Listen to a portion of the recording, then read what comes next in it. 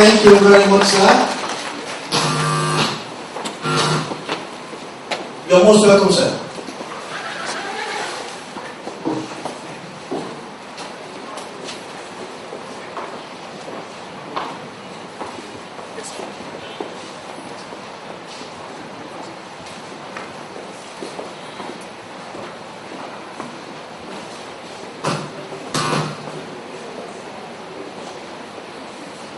As we remain standing, may I please request that we take the national anthem of the Federal Republic of Nigeria.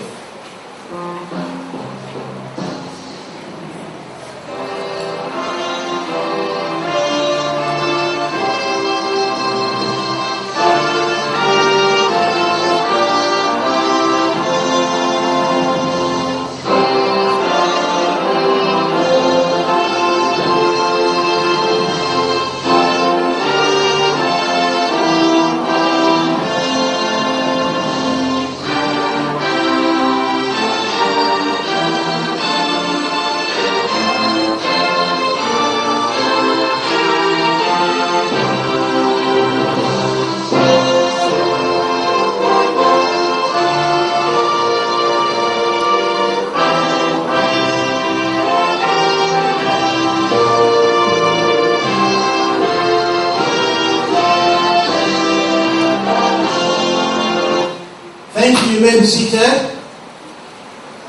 It is my honor and pleasure to welcome you all to this very important occasion, a roundtable by the Chartered Institute of Bankers of Nigeria in collaboration with the Chartered Institute for Securities and Investment UK.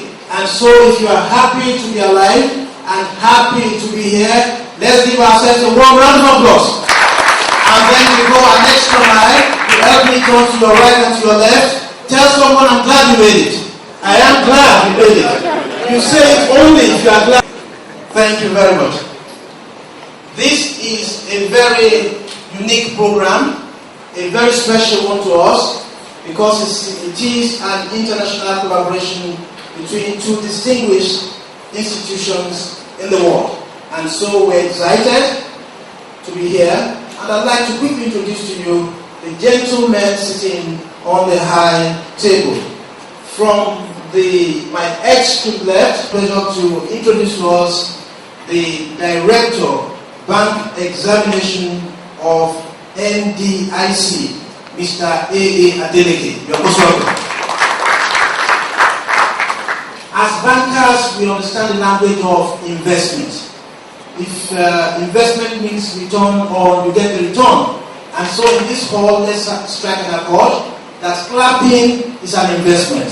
If you clap for others, they will clap for you. Please, let's clap for Mr. Adeleke for coming. Thank you. Next to him is of the Chartered Institute of Bankers of Nigeria, who also is the MD CEO of First Registers. Please join me welcome Pastor Bayo Ndemi, CIBN. Sitting next to him is one of our guest speakers today, all the way from London. Please join me welcome Mr. Kevin Moore, Director of Business Development, CC, Chartered Institute of Investment. I'll go on quickly to also introduce our distinguished guest speaker, who also is a very, very special one to us at the Institute. He is Mr. Stephen Olabisi Onosoya, FCIB, MD CEO of First Bank of Nigeria. You're most welcome, sir.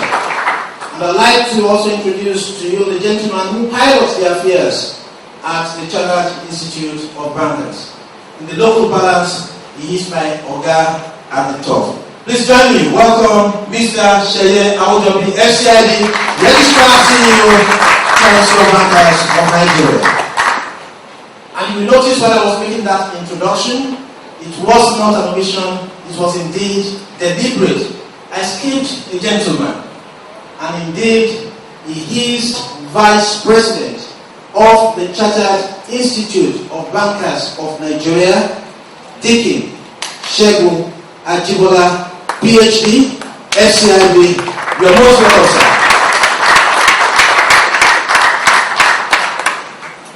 On record that the President and Chairman of Council of this great institute, Otumba Mrs. Debola Oshibogun, is unavoidably absent. She is on an international assignment representing the institute in a function in Dubai.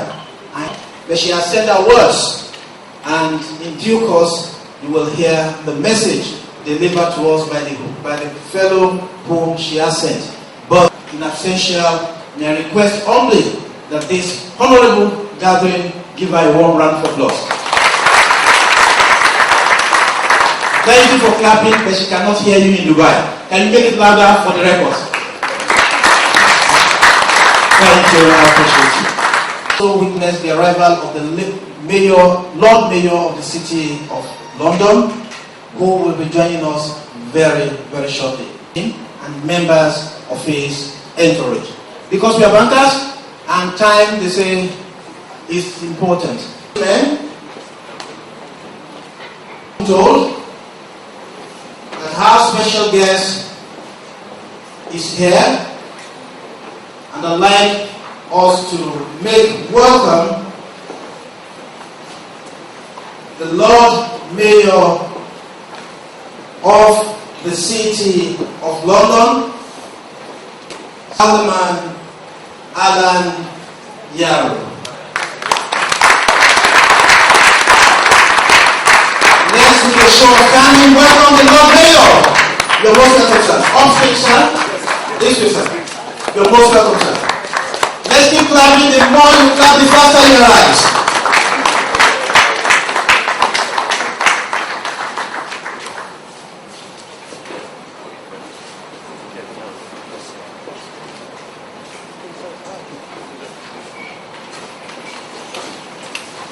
Please be seated. I'd also like to recognize members of the entourage of the Lord Mayor of the City of London. Mr. Neil Grimes, the head of programs, you are most welcome. We also have with us here Mr. Ray House, the Deputy High Commissioner, UK High Commissioner Nigeria.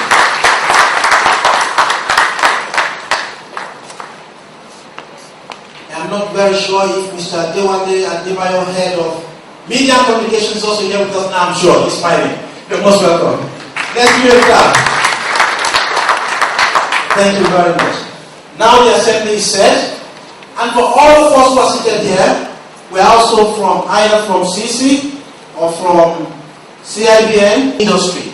I'll come back and take more recognitions, but let us celebrate ourselves with a warm round of applause. We are all most welcome. And on this note, I'd like to invite to the podium the first Vice President of the Chinese Law Bankers of Nigeria, Dikin Shegun Ajibola, FCIB, to give opening remarks. Let's make him welcome as he comes to speak with us.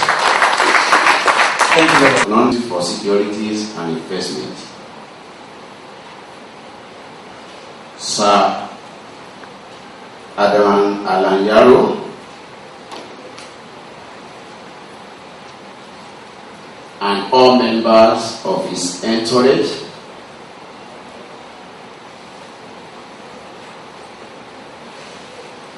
including our dear Mr. Kevin Moore, the Director of Business Development, CIBN, the Group Managing Director, First Bank of Nigeria Limited, my dear friend and good brother, Mr. BC Onasanya,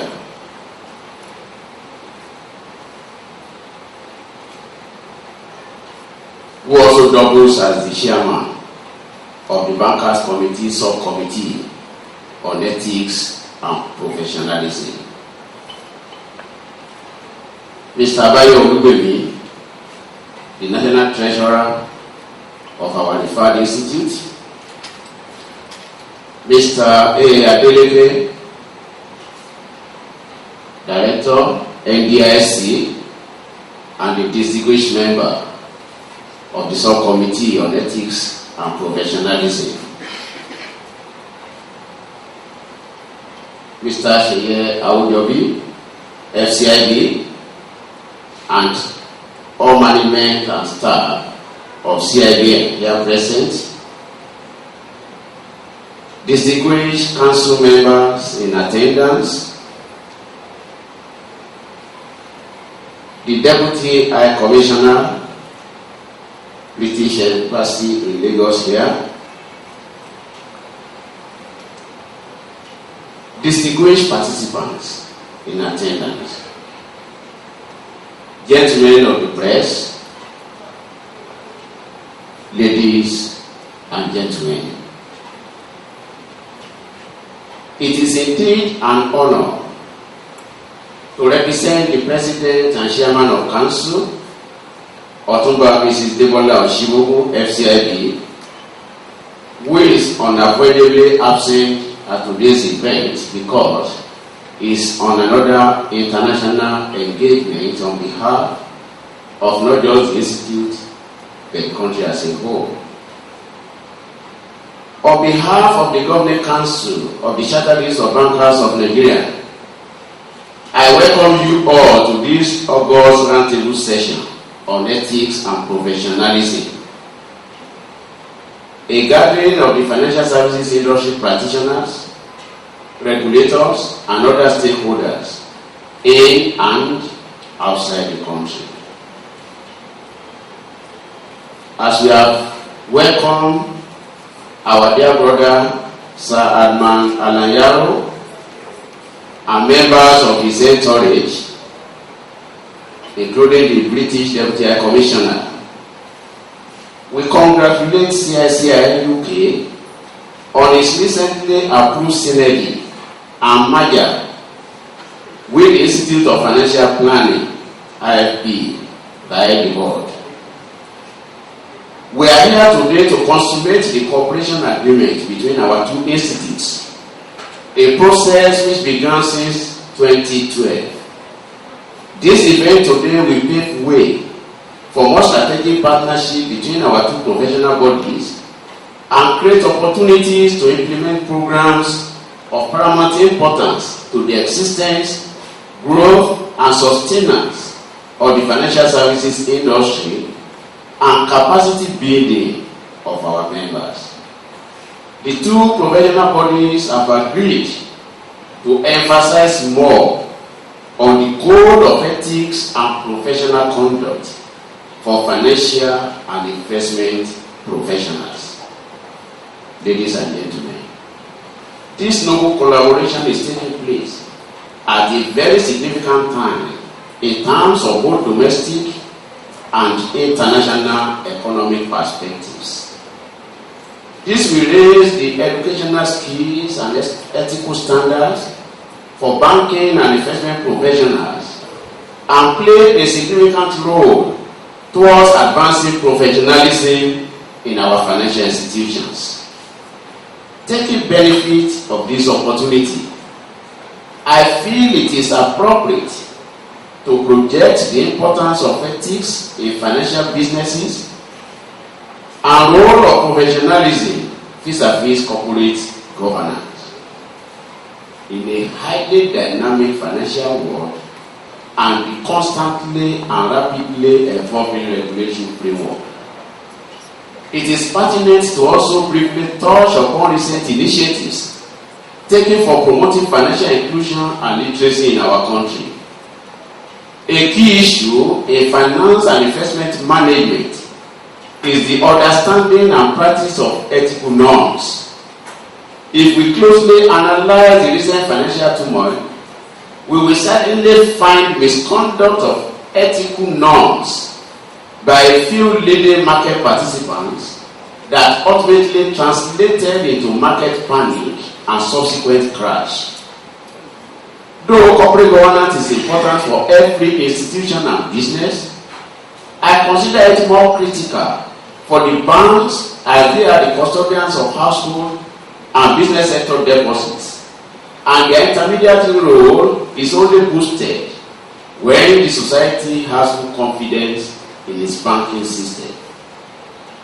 I am confident that the invited speakers in our midst, including my highly cerebral and highly experienced Mr. Visa Onasoya, Group Managing Director, Chief Executive Officer of First Bank,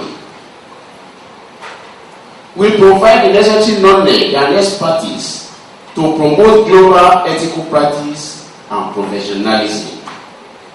Ladies and gentlemen, I wish you a purposeful deliberation, which I believe will revamp and place highly useful professionals with sound and vibrant financial culture. Once again, welcome to the Bankers House and wish you a very fruitful engagement. Thank you. For those wonderful words of Rivers.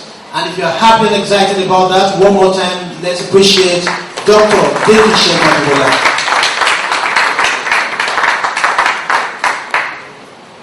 I'd like to bring up stage at this point the Lord Mayor of the City of London to address this wonderful gathering. For the first time, I'd like to give you a brief about him. London, Alderman Alan Yarrow took office as the 687th Lord Mayor of the City of London on Friday, November 7th, 2014. He was born in Malaysia and educated in Harrow before joining Christian Grant stockbrokers in 1972 and being elected a member of the Stock Exchange in 1978. He studied international corporate finance at Manchester Business School in 1981 and on his return was made a partner of his firm the same year. Following the merger of Christian Grant and Claymore Benson, Alan became the head of UK institutional sales in 1989, head of global distribution in 1992, and managing director of Claymore Benson Securities in 1994. He was appointed to the Claymore Benson Group Board in 1995. Alan left Dresdner Claymore in December 2009 after 37 years with the group, latterly as Group Vice Chairman and Chairman of the UK Bank. On Claymore Benson merger with RHJI, Alan was appointed Chairman of the Claymore Benson Holding Board until recently, stepping down to become a senior advisor to the group. Alderman Yarrow is currently Chairman of the Chartered Institute for Securities and Investment and also a non-executive director of Turquoise Global Holdings Limited, a subsidiary of the London Stock Exchange, and FixedNet Limited Low Latency Data Communications. He's also a trustee of the Police Foundation. He has served as chairman of the London Investment Banking Association, a member of the Takeover Panel, vice chairman of the Financial Services Authority Practitioners Panel, and vice president of the British Bankers Association. Distinguished guests, ladies and gentlemen, I present to you a distinguished banker by excellence, Alan Yarrow Alderman, the Lord Mayor of the City of London. Please, let's make him welcome the Nigerian way. Thank you very much. Is, as you said quite right now, I'm the 687th. I'm not 687 years old. I lived in the job for a relatively short period of time. But it's fair to say that I visit about 30 countries in my year. I spend 100 days abroad. I probably make over 800 speeches. So that's about 2 or 3, maybe 4 a day. So it's quite a lot. The reality is, because I've travelled such a lot, and I've actually visited a lot of countries, I have this situation where I see a lot of people's views, or hear all people's views about what they think about the United Kingdom or what they think about the City of London. And the one thing that comes through very clearly is that whilst we got things very wrong in 2007, 2008, or the build-up to that period, attitudes to the city and to the UK are still very strong. And it's basically founded on one functional point. It's not because it's in the right time clock, that's important. It's not just because it's got the right language being English, as being the international language. It comes down to one thing, and that is the rule of law. The rule of law has been the most incredibly important foundation of the City of London. If you look at contracts, the law of contracts is critically important. The fact is, when you buy something, you own it, and therefore if you have a dispute, you also have a very proficient dispute resolution system. We'll do 44% of the international foreign exchange markets in the world, twice as much as New York. So I mean, it's a very, very trusting and thriving organisation. So the question then is, why has the City of London been so successful? How are they built on the rule of law? And the answer is it comes down to trust. It comes down to behaviour. It comes down to those issues which we're going to be talking about today. And it's probably fair to say that when you have a country like Nigeria, which is full of enthusiastic, entrepreneurial, very keen people, very competitive people, just occasionally you have to remind yourselves that competition can sometimes get ahead of itself and make you do things which you're not supposed to do. Not because you haven't thought it through, it's just because the behaviour and the way the market works. Now, I'm sure, Kevin, you're going to tell the story about the presentation. Right, he's going to put you all through a test later on, which is going to be quite interesting. I wish I could be here to watch it or participate. But the point I'm trying to make is that the CISI actually has established itself as an institute which is effectively driven by practitioners. And I'll tell you why that's important.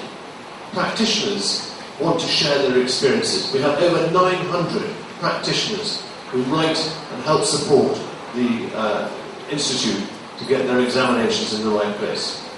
So 900 practitioners. We've got 44,000 members, but we have a very high practitioner content. The point quite simply is you cannot teach good judgment, but you can share experiences. And they want to share their experiences where they've got it wrong, as much as where they've got it right. And that is why the CISI, I think, and I've been very close to saying it now for almost 12 years, I have a great pride of being involved with it. Can I also say how honoured we are to be at the Chartered Institute of Management Bankers of Nigeria, because the conjunction of these two institutes, I think, is absolutely classic. It's somewhere where I think it's mutually beneficial to both people, both parties.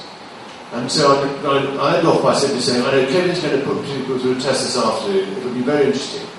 The reality is that we are thrilled to be here. I'm particularly pleased to be in Nigeria at the moment.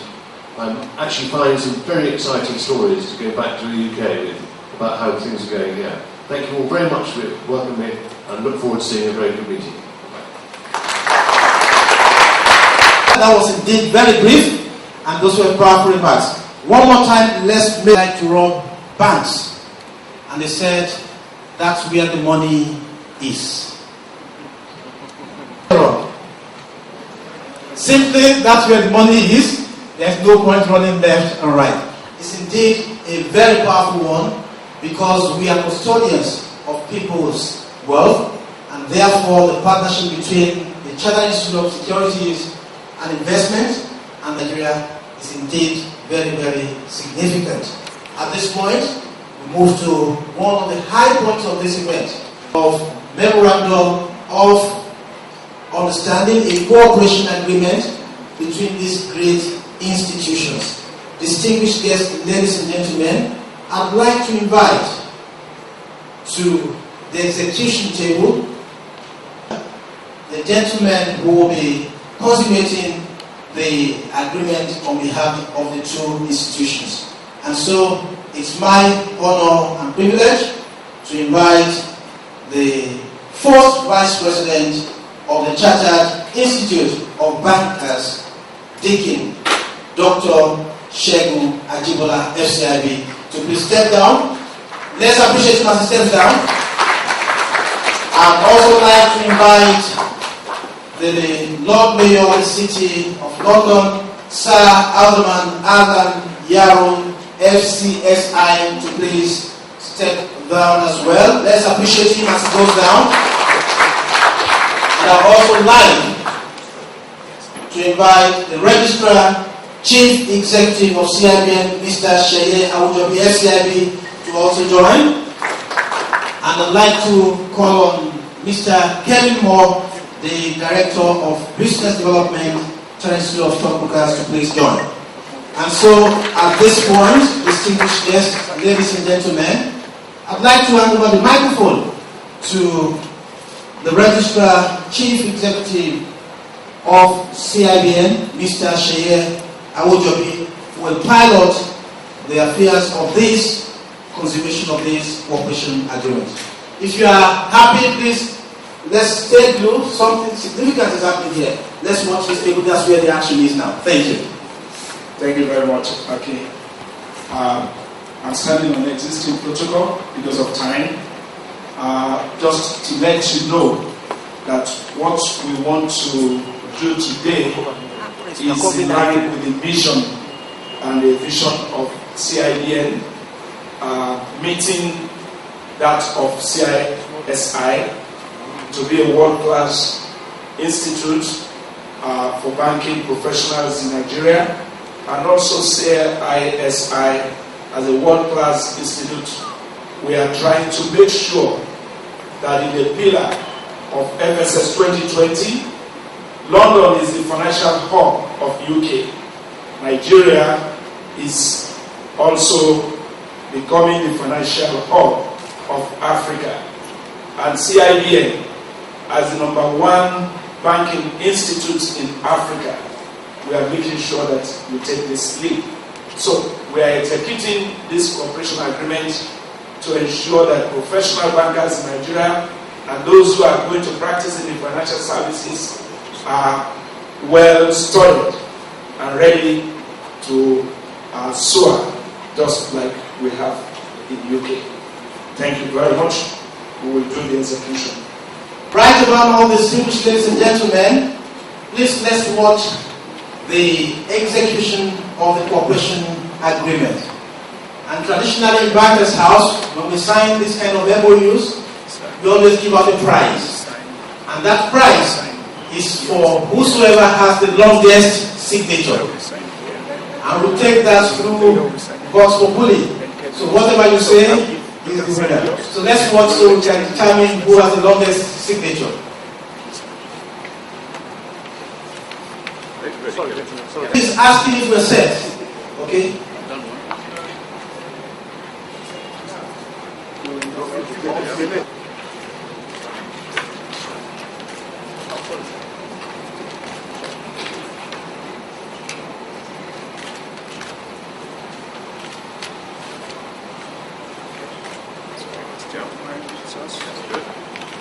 Thank you very much, sirs. The signing is progressing swiftly and very sharp. The speed of execution of this contract shows me that the people signing are truly bankers.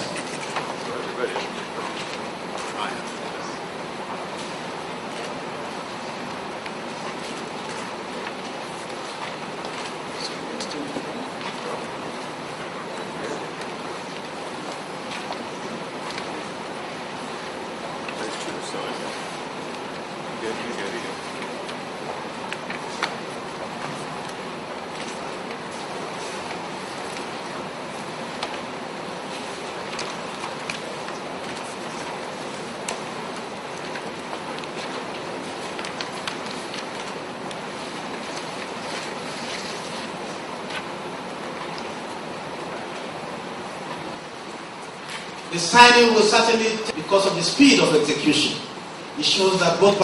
Congratulations.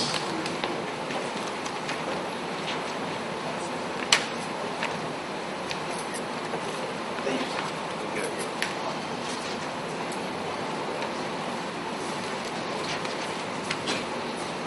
In a minute we will be done, and it will be time to decide who the winner is. Who is the winner? If you're watching.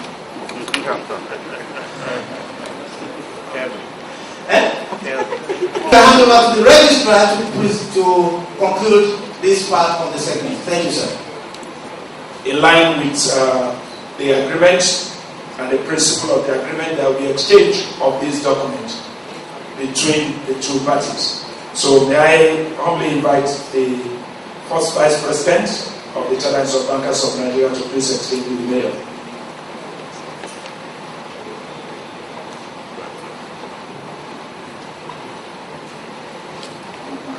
On behalf of the Governing Council and the entire members of the Chartered of Bankers of Nigeria, I hand over to you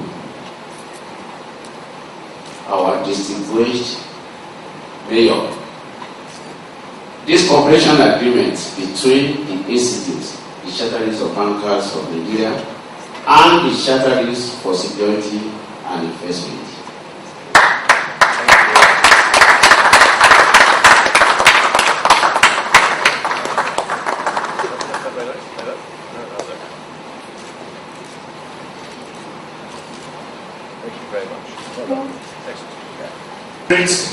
The chairman of CISI, the mayor of City of London, we also exchange the agreement and approval. As the chairman of the Chartered Institute of Security Investment, can I say what a pleasure it is to hand over the document to the Dean of the Chartered Institute of Bankers of Nigeria. Thank you. Let's clap and celebrate this union. It's indeed significant. It's indeed enable. And so the Lord Mayor will return to his seat. The first Vice President will also make his way back to the podium. And distinguished guests, let's appreciate them as they go off stage.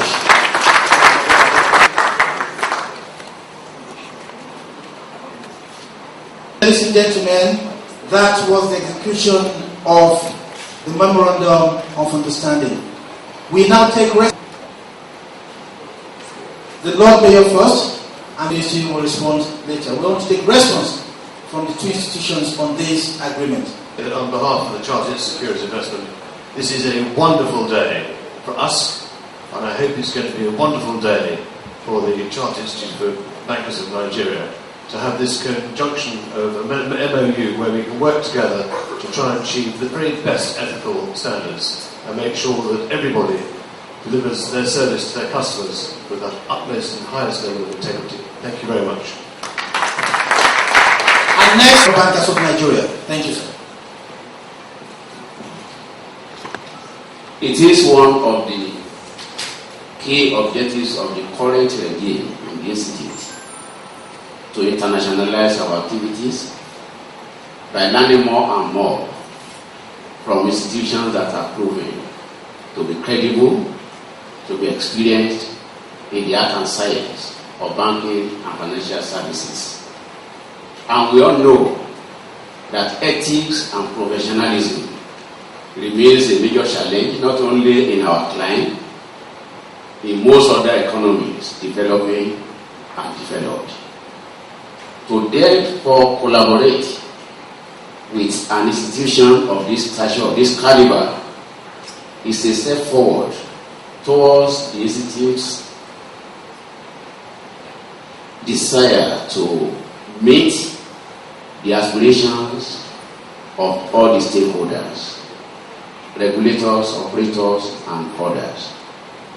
We are indeed concerned about the standard of ethics and professionalism in the industry, and this is ready to do all it can to ensure that this very cankerworm is named in the bud. And we believe this particular agreement will help us strengthen our framework and all our apparatus for fighting this cankerworm in our midst. It is therefore a thing of honor to have this cooperation agreement executed today, and we look forward to very robust cooperation with this referred institution. Once again, thank you, ladies and gentlemen. Thank you very much, sir. We appreciate you for those wonderful comments. And so, distinguished guests, ladies and gentlemen, we go straight to the business of the day. I'd like to invite upstage here to speak to us, to address us, a distinguished speaker, who will be talking to us on ethics and professionalism, the bedrock of a sound financial services industry. But before then, the Lord Mayor will be taking his exit, and therefore would like to take a group photograph off stage here, and I'd like to the High Commissioner to please join. Please come up.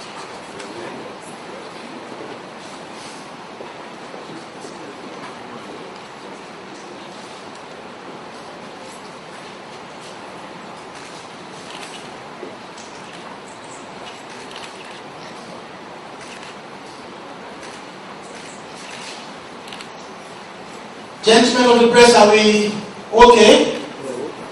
Or you want more shots? Now 1 minute, take the last shot, and we're fine. Thank you. Let's appreciate the Lord Mayor as he makes his way out of the auditorium. Thank you very much, sir.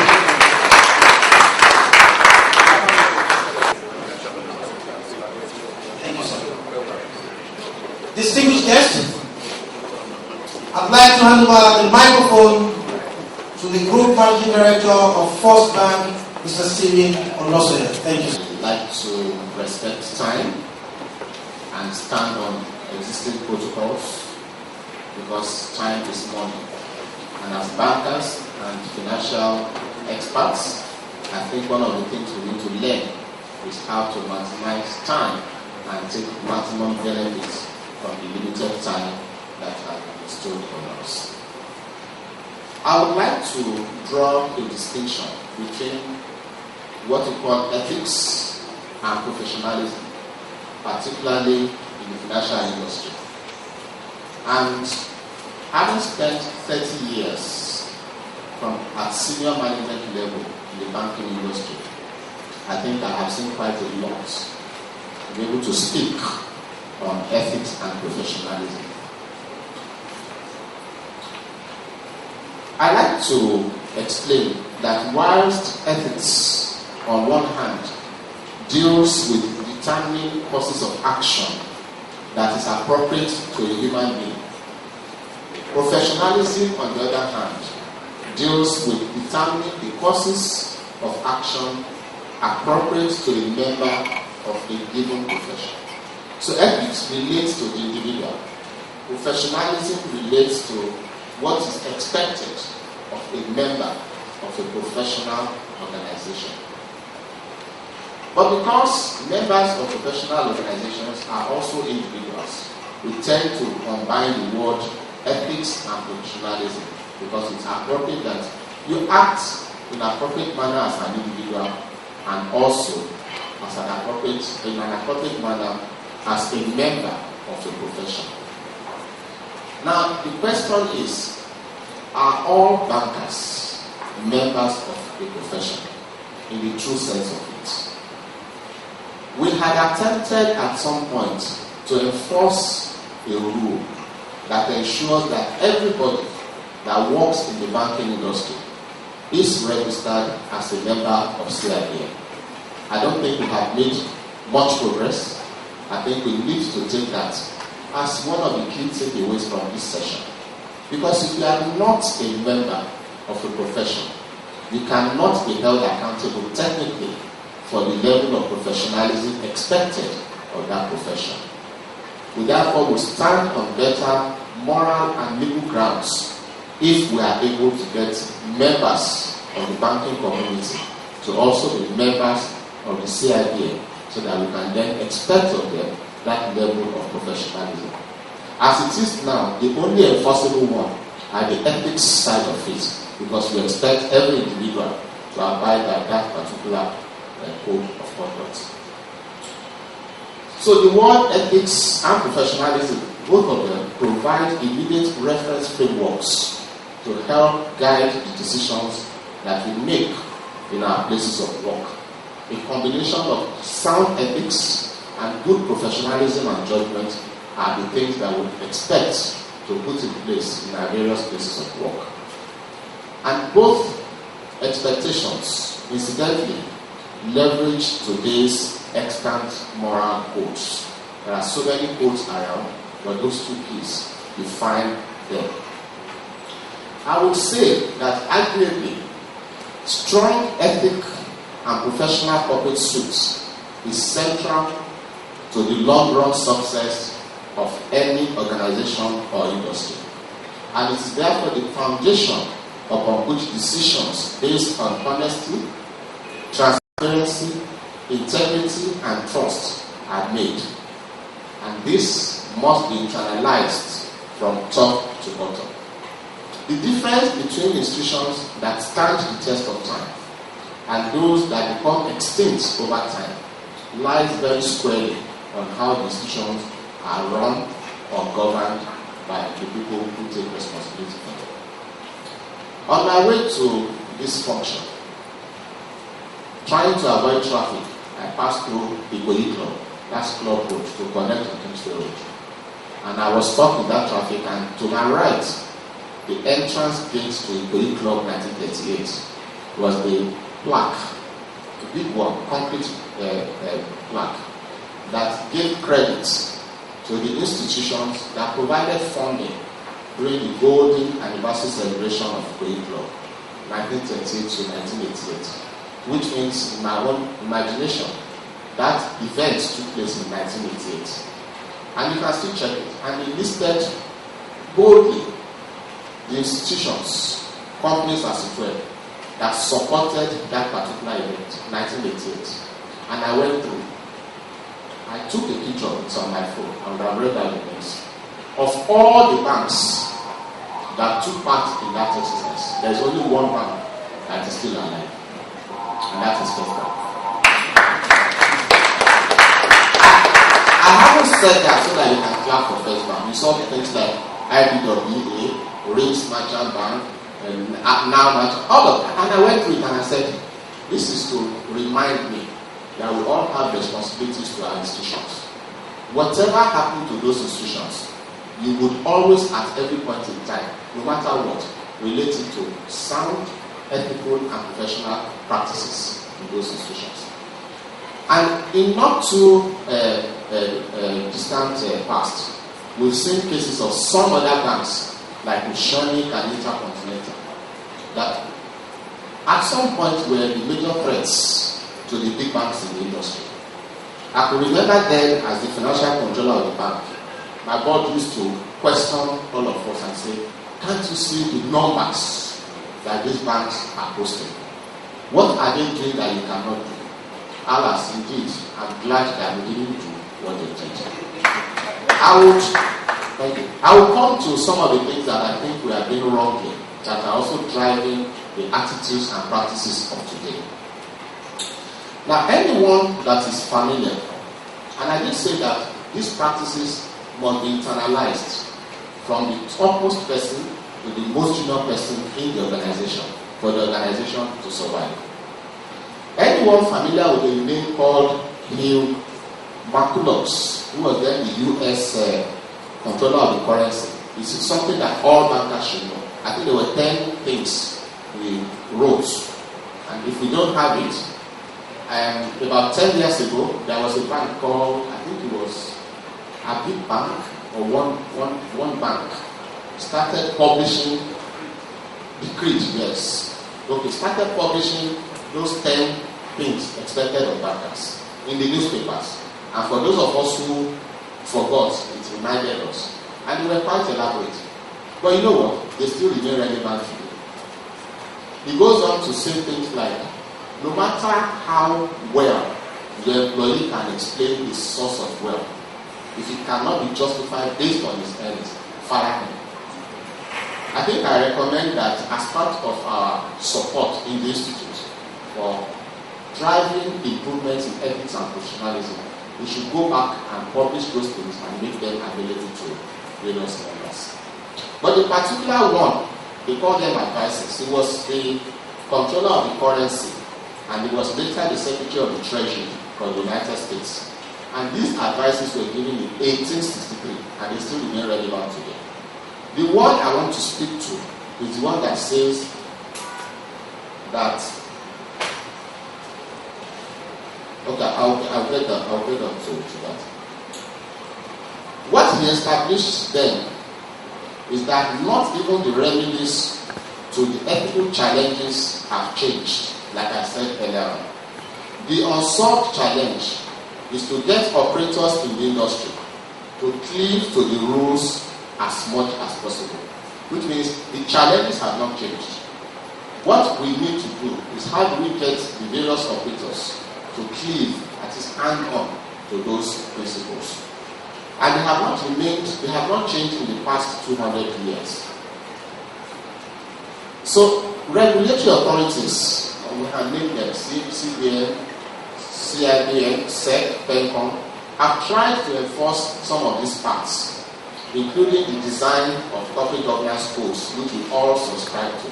But a lot of organizations also preach them, both as individuals and corporate bodies. And the Bankers Committee has also come up with its own code of ethics. So in the end, the financial services industry, the core ethical narrative resolves around the rules that help us to function according to existing statutes and ethical rules. So the rules like corporate governance codes often cover specific industries, except when the unified codes apply to the entire national jurisdictions. However, what we call idiosyncratic differences between the financial institutions have meant that firm-level ethic codes necessarily differ from firm to firm, and they should not be. In Nigeria, these ethical and professional deficits, and I use the word deficits consciously because there is a gap between what we say and what we do. They run through the gamuts of our national lives.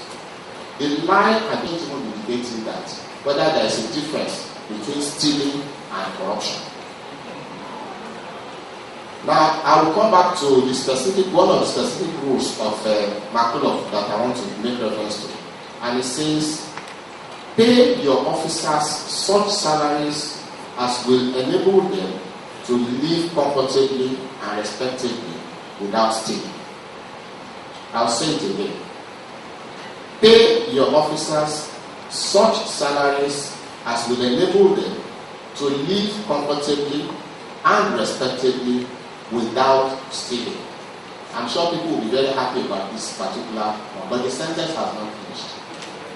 Because if this were a conversation with my union members, they would say, you see, they even said it 200 years ago. However, it goes on to say, require of them their entire services. So on one hand, you pay them so well that they live comfortably well without having to steal. But the condition is that they, the staff, must also offer their entire services. I guess as bank employees and bank workers, we strive so hard to lean on the first part of the sentence. But how many of us actually provide all the services that we have? It's a food for thought. There's no doubt that most financial services firms are compliant with the first part, pay them well. Otherwise, I would imagine that the banking industry will not be as attractive as it is today. Of course, if you take the regulation out of it, nobody wants to work in the bank. I guess people want to work in the banking sector because the salaries are attractive. There's no doubt that most financial institutions are compliant with this. The ethical failures, however, that we must worry about have a different wellspring and typically evolve from our so-called target-driven approach in the banking industry. I'm sure I don't need to speak too much about this. We have so much destroyed the basic fundamentals of banking. It no longer matters. In our own days, there used to be what we call the most fearful subject in the CIBN examination. There was practice of banking. And then you are confronted with very practical, there was the major one, the final one, practice of banking 2 or practice of banking 3. Practice of banking 2. And if you pass practice of banking 2, you are a guru. But these days, I don't know, people don't know banking anymore, unfortunately. It is sad that people get promoted because of what deposits they can bring onto the table. It's very sad. And I'm speaking as the managing director of a bank that people are no longer professional bankers by way of knowledge. We've seen people who rose to become assistant general managers in the course of interviews, and they cannot distinguish between basic crossings in instruments, but they never had to deal with it. I give you a deposit target, you meet your target, you get promoted. In one other bank, not First Bank, we call it grade adjustment.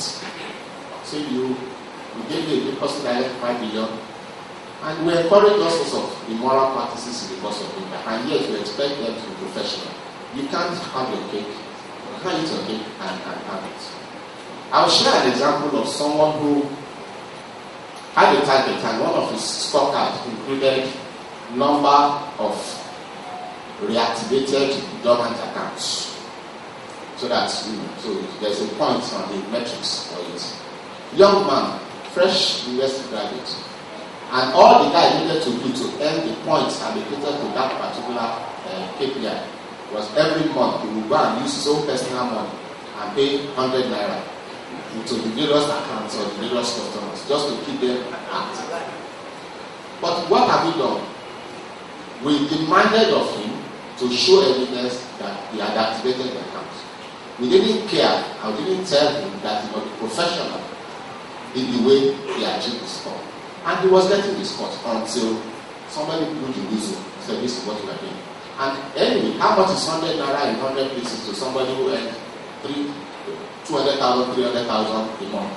We will continue to do it. So we should not just demand performance from our people, we should also let them understand that the way the performance is attained is equally important. Now, the question of how business is conducted in a firm speaks to ethical conduct of its employees at all levels. And unfortunately, banks carry huge responsibilities to safeguard depositors' monies by not creating phantoms that are marked as a going concern. We saw how impaired ethical decisions helped to precipitate the 2007-2008 global financial crisis from which the global economy is still struggling to recover. They essentially packaged non-performing mortgage products that people did not understand. Neither the sellers nor the buyers understood those products, and they labeled them as derivatives, and people were putting money into them.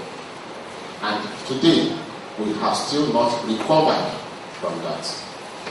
Now, commentators debate because of this as a failure of the banks, not due to lack of adherence to ethical practice, but of questionable ethical practices. The road to restoring accountability in the industry and the market's confidence in its operations must necessarily pass through ethical and professional paths. We must not only go back to those paths, we must also be seen by the public to be on that path. As chairman of the Ethics and Professionalism Subcommittee, and some of my members are here, we see cases that sometimes we get worried. What kind of industry are we in? Cases that ordinarily should end with the banks admitting that people, you know what, this is it. When banks begin to doubt and default on guarantees that they issued, I don't understand. As a bank, and yet you have employees of that institution who are behind writing the letters, objecting to non-payment. What are we teaching them? Where the wordings of the guarantee very, very clear. That the reason why I'm giving you money is because you have a guarantee from X bank. And once the guarantee crystallizes and is called, you have to escape whatever, you have to pay. But yet we encourage the staff to go on and look for all sorts of excuses under which we can hide non-payment into. We have to stop all these things. We are also seeing how questionable ethical decisions are robbing Volkswagen. That's a very recent case. Volkswagen, of the strength of the global brand that has taken decades to build. That's what happens to an institution that does not understand the implication of sound ethics and professionalism. The basic rule should be, and that's the basic rule we live with in my organization. When a transaction cannot stand a test of close scrutiny, no matter how much money is involved, don't do it. That can only stand, however, when there are no rewards attributed or attached to it. Because if there are rewards attached to that revenue that does not unveil the circumstances under which the revenue was made, you have not helped matters because the staff will go ahead and do it.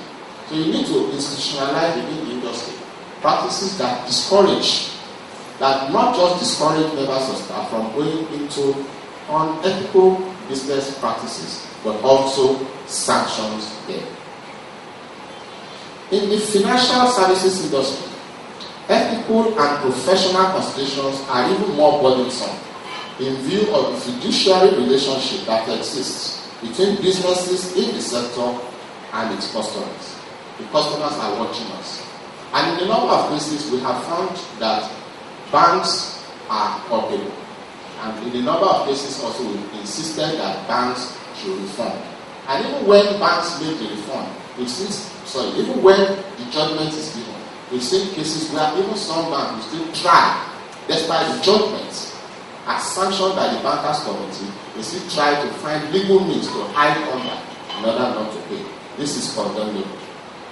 The erosion of the market's confidence in any organization or industry on the back of realized ethical dilemmas often sounds the death knell for such business. And I've said that before, and I repeated it also when I listed those institutions that were there 10, 15 years ago and are no longer there. And that's what we will expect to happen for institutions that do not wake up today and imbibe the spirit of good ethics and professionalism. The enforcement dilemma is worsened by the fact that not every ethical or professional dilemma involves a violation of the law. I hope you understand the point. Not every ethical violation, not every ethical or professional dilemma involves a violation of the laws.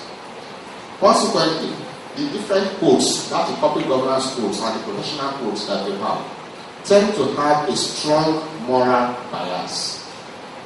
However, with the burden of ethical and professional lapses increasingly heavy, it is time, and I advocate that we consider making these lapses prosecutable.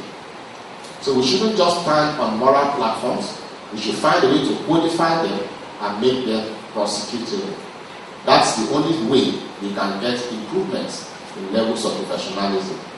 We cannot be in denial of the fact that there are unethical practices and professional misconduct in the financial industry. Periodically, the Bankers Subcommittee on Ethics and Professionalism deliberates over cases of employees' misconduct, complaints on unethical banking practices by banks and their customers, which now taints the industry negatively. In spite of all that we have done, why do we have the ethical failures that confront us?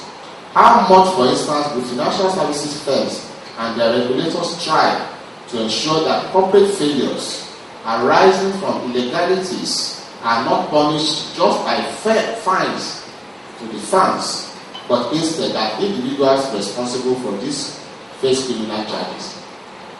The moral question that we need to answer is whether the sanction for violation is fines paid by the institution. You have just used depositors' funds or taxpayers' money to pay the fines. It's time for us to begin to look at the individual's responsibilities as well as its relationship with the stakeholders in the industry. I see rating agencies look down only on the numbers posted by banks as the basis or the yardstick for measuring performance. It is wrong. Looking into sustainable banking practices and giving ranking or ratings to how your revenues are generated is something that we have to take into consideration. People falsify books and records because they get away with it, because that's what, unfortunately, even regulators tend to look into. We have to unveil this and find a way to ensuring that we get to care about how revenues are made. In addition, the oversight function of the board of directors is also key in promoting ethical and professional leadership. Again, the boss do what we call peer analysis, and they compare bank A to bank B, and therefore put pressure on management to match the profitability numbers of the other institution. And this is where it becomes difficult for even the leadership of those institutions to caution their people because they are also under pressure. I think the regulators need to help in this respect by having sessions with various stakeholders and letting them understand that it's not necessarily how profitable you are that makes you a sound institution. The practices of the institution and the sustainability of their practices are also important. Ladies and gentlemen, I don't want to continue to bore you. These are my humble thoughts, and I believe and hope that this roundtable will come up with more concrete suggestions on how to deal with the problems of ethics and professionalism in the industry. Thank you very much.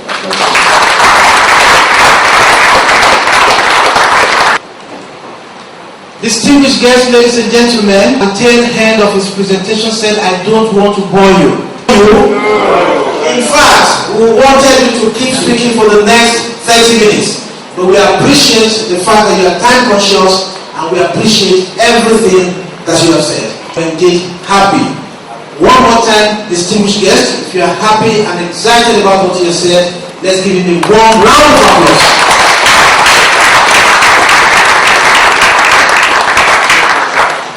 Thank you very much, sir. As we bring up our second guest speaker, who will be talking to us about integrity matters, integrity at work. Invite offstage Mr. Kevin Moore, Director of Business Development, CISI. Let's make him welcome.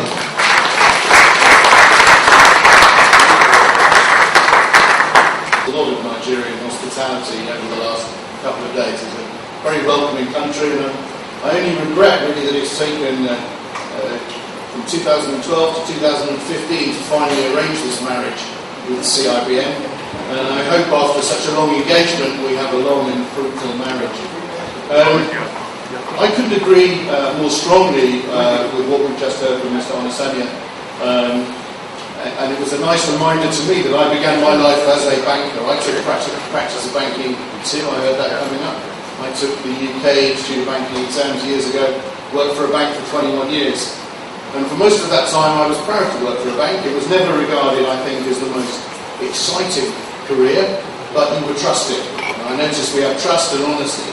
And certainly throughout my career in Lloyds Bank, we never really discussed integrity. It was taken for granted. Of course, the events of 2008-9 changed that very much. Now, often when I travel, and I travel extensively for CISI, if I get into a taxi and the taxi driver is chatting to me and being friendly and says, "Oh, you know, what's your line of work?" And I say, "Oh, I'm in banking," and the taxi driver goes, and you wonder if he's going to stop the taxi and make you get out. Particularly in some countries that have really suffered badly in the crisis. Ireland is the place where I particularly had this story with the taxi driver. We drove from the airport into the city centre in Dublin, and once he realised I was a banker, and once I realised he was going to let me stay in the taxi, he just pointed out all the terrible things that had happened in Dublin.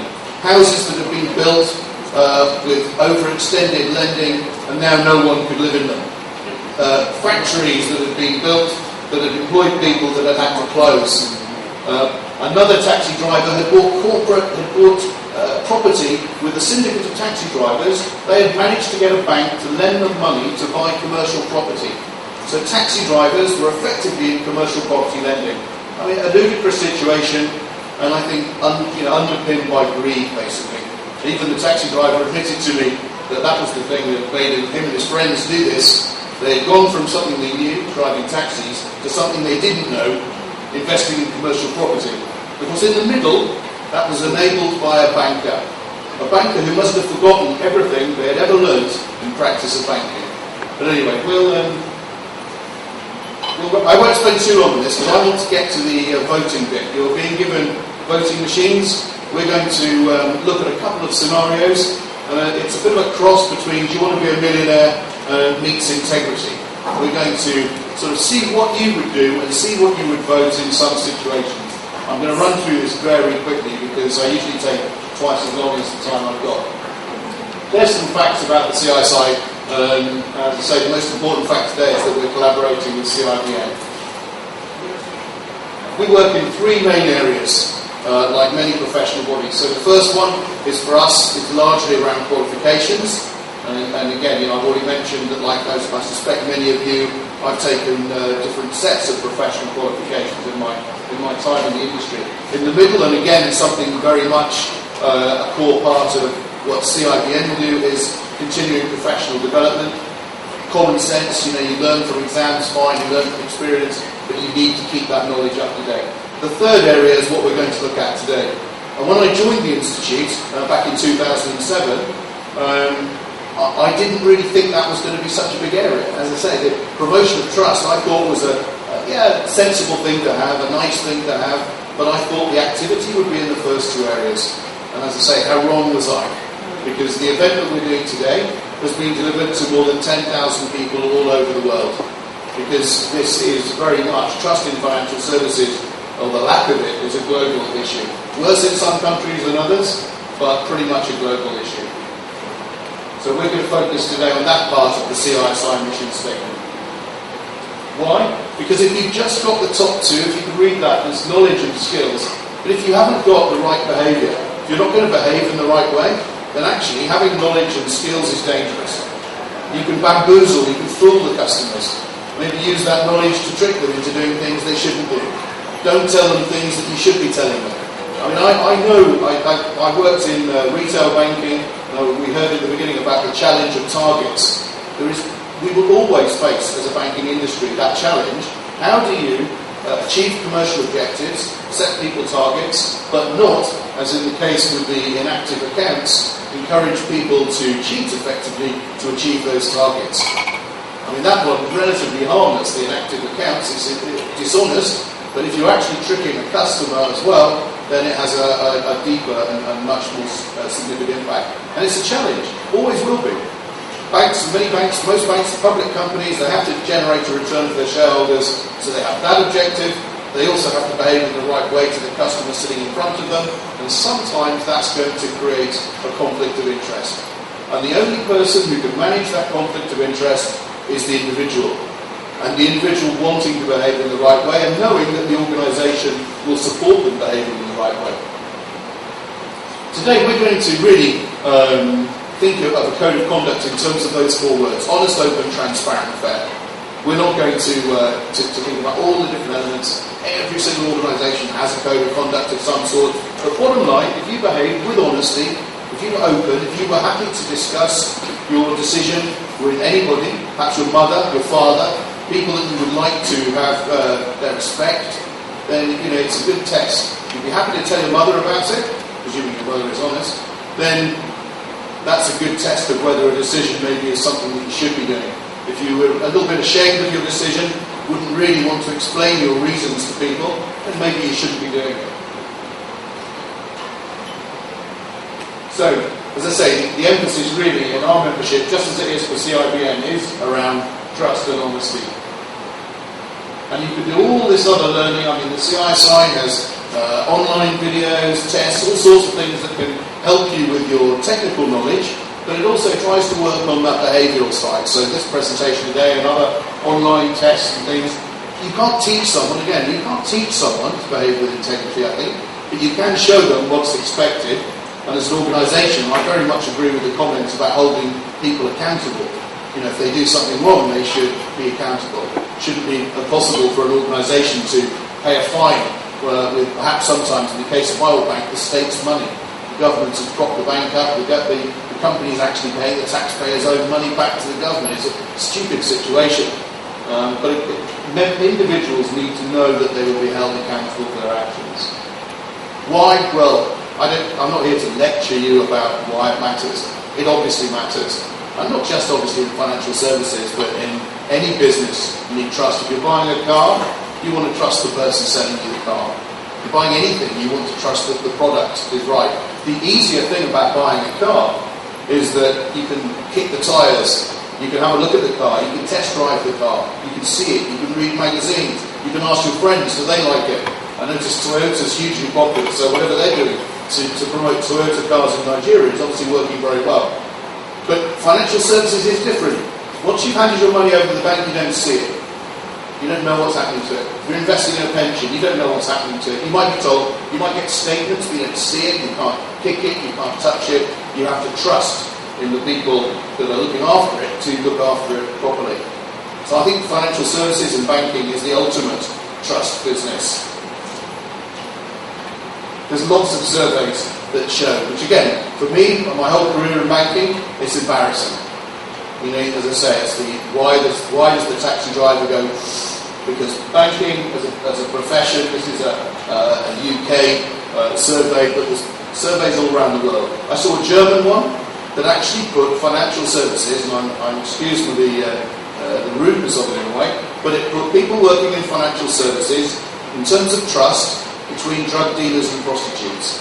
They actually felt that there were other professions that were maybe more transparent and more trustworthy in their own way than banks. And certainly in my travels, I've worked with banks and stock exchanges that have had riots outside the doors, have had people throwing bricks through the windows because they don't trust those institutions.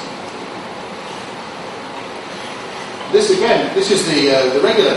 This is the chairman of the regulators in the UK, very much saying something that we heard earlier, that it is no good effectively just having a code of conduct or having the senior management saying good things.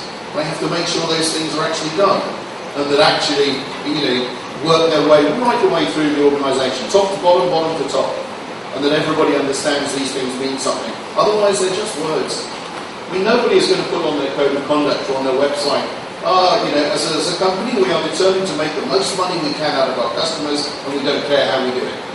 They're all going to say the customer comes first. They're all going to say that we want to look after our customers and treat them properly. But it's doing it, isn't it, that counts. And it's great to hear so much commitment to doing it here today. Of course, lots of examples. The World Cup. It's not just finance. You can look at the banks and you can criticise the banks. I've just popped the Volkswagen in this week. Volkswagen, trust in engineering was their slogan in the UK. Now, of course, that's a bit of a joke. It's bounced back on them. A reputation that has taken a huge amount of years to build up for building trustworthy, good, solid German engineering, top quality cars. And in the space of a couple of weeks, it becomes now a brand that's tainted, and financially could cripple the business. Already cost the CEO their job. They're now saying maybe only a few people knew. I don't know. I don't want to get sued by Volkswagen's lawyers, but you do wonder. You do wonder how can in a big organisation only a very few people know something as significant as this. But whatever, it takes a few people maybe to do something wrong, and the whole of that company suffers. And in fact, the whole of that industry. Of course, foreign exchange, LIBOR, traders. There's 6 traders in court this week in the UK for LIBOR. They're denying they did anything wrong. I'm not sure how you defend actually cheating, emailing each other to set the rates for your own benefit, but they're going to try and defend themselves, presumably, and say they weren't doing anything wrong. But I think for most people, they would just look and think, well, it's obviously wrong. You're in a trusted position and you abuse that position of trust. Lance Armstrong, a hero to many, and then, all spoilt. Imagine if your children, had a poster of Lance Armstrong on the wall, this man who'd conquered cancer, who'd, won the Tour de France on numerous occasions, the epitome of the ideal of a sportsman, and it all turns out to be based on lies. So it isn't just financial services. There are, I can go to any country in the world, open the paper in any country in the world, and you will find examples of graft, of lack of trust, of lack of honesty. And it is only by people actually making a decision to behave differently that will change. CISI works in a number of different areas. What we're talking about, what we're doing today is the bottom one.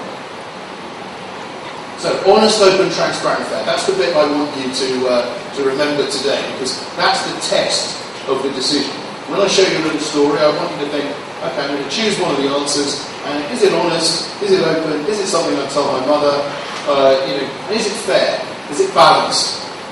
Does it work in the interest of both parties, or is it mostly in my interest and not really in the interest of the other person? So very simple, these machines, if it works. And you just press the button of your choice, so you've got the top 4. So 1A, 2B, 3C, 4D, you just press the button, it automatically registers your vote. I don't know, it's all anonymous, so I don't know what you voted. And indeed, I think we will get an element of the round table, because what I'm hoping is that when you've had maybe a minute to make your decision, then we'll put the graph up, we'll see how you've all voted, and then maybe have a quick discussion. So I'm relying on some brave people being the first to speak. Now, you've been very good at clapping, very good at showing enthusiasm.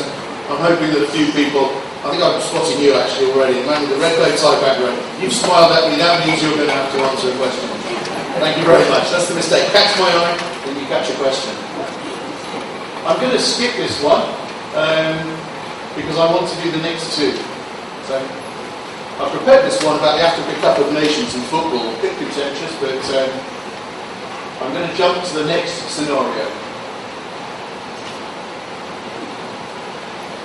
Hang on. There we go. Go back. Okay, now, so I'm promoting some of you, but not all of you, because I know I have some very senior people in the room. So for some of you, this is just the same position as you normally hold. For others, it's a promotion. But you're the chairman of a firm of fund managers, and you employ Victor Okonjo, and Victor's worked for you for a long time. Victor's been very successful. Can everybody see it? I'll move back a bit. He's been a very successful fund manager, worked for you for a long, long time, and in fact has done such a good job, you now want to make Victor a director as a reward for his success and his services. So you put the papers together to get the board to confirm his promotion to be a director, and the papers have been sent out to the board members. And then one of the board members gives you a ring, calls you on the phone and says, actually, I think there could be a problem here. I was at university with Victor, and I don't think he graduated. Although, on his CV, it does say he's a Bachelor of Science. It says he's got a science degree, but I was with him, and I can't remember why, but I think he left university without actually finishing his degree. So, now your firm is launching a new fund, all over the literature, because Victor's a very important fund manager in this new fund, and all over the literature that you're producing, it talks about Victor Okonjo, Bachelor of Science, BSc. So your marketing literature clearly indicates that he holds a degree. His original CV from when he joined your company also says that he is a graduate with a Bachelor of Science. So you ask Victor into your office and you say, look, Victor, I need you to help me understand something. The non-executive director has said that you don't actually hold this degree. And Victor looks at you sadly and says, that's true, I don't.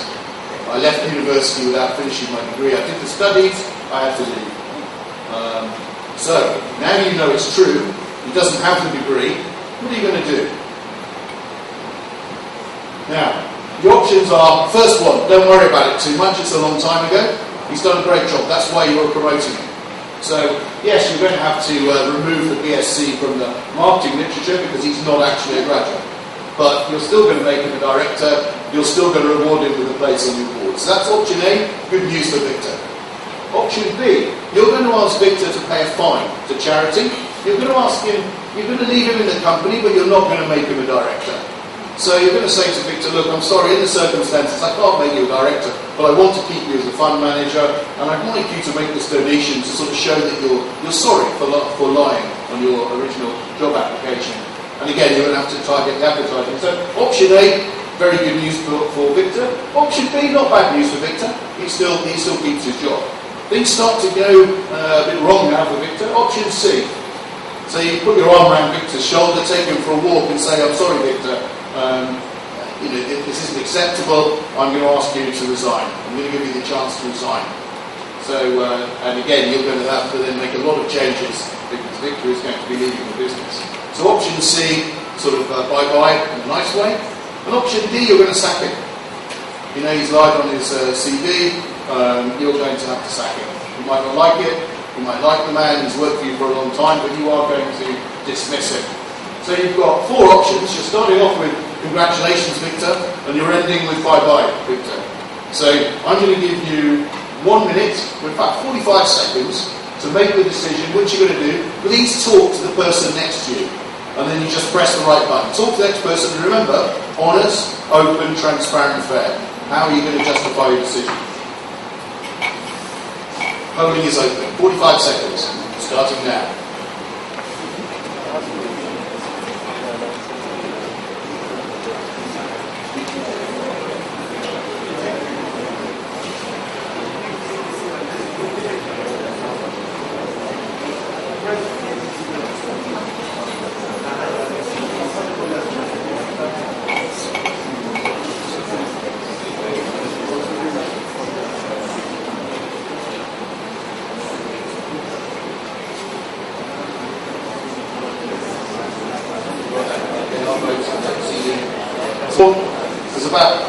5 machines out there somewhere.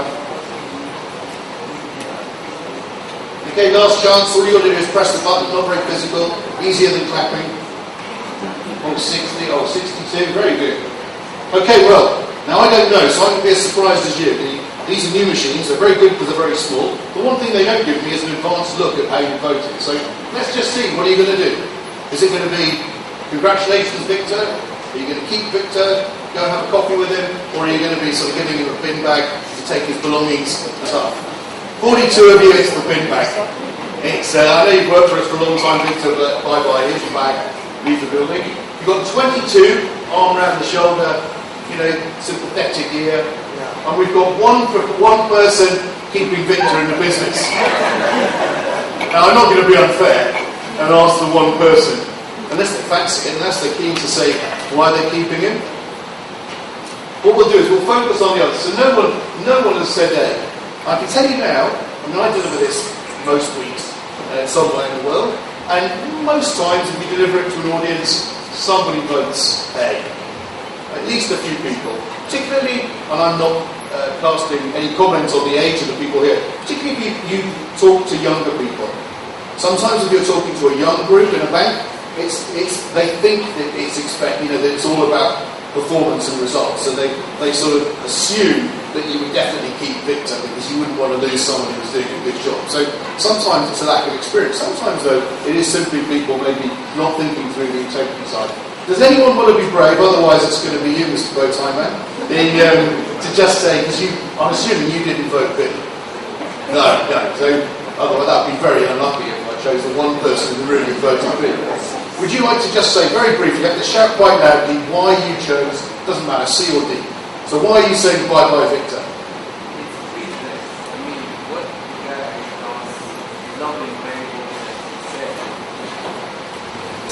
Victor has not been very open and sincere about his resume, so I just have to be straight on point and ask him to leave. Perfect.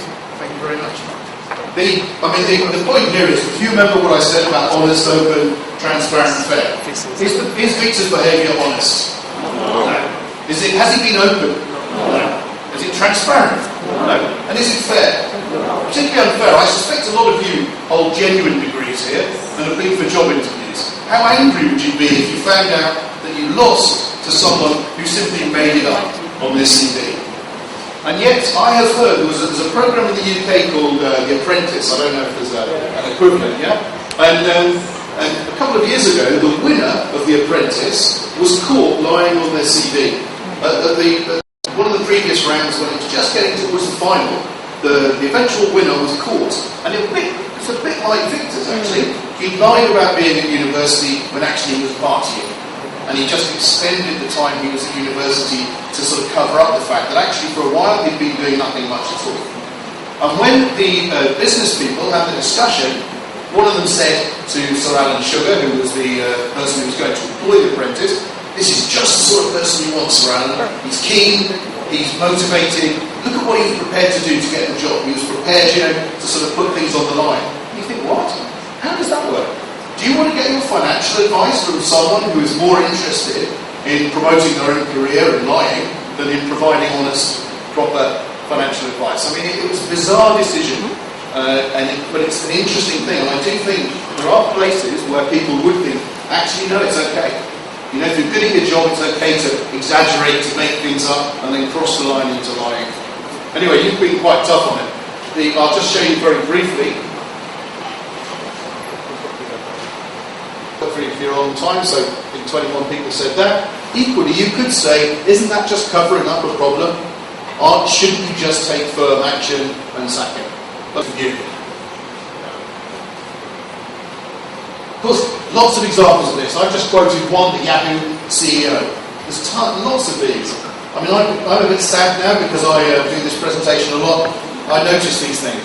But the number of times you find senior people in different industries who are caught out lying. And a lot easier nowadays, I think, I don't offend anyone in different countries, but look, more than half of CVs are incorrect.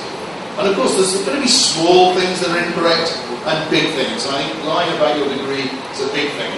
This is my favourite dilemma. So, you've been chairman, now you're the managing director, and we're going to look at this scenario. and then there's the Q&A.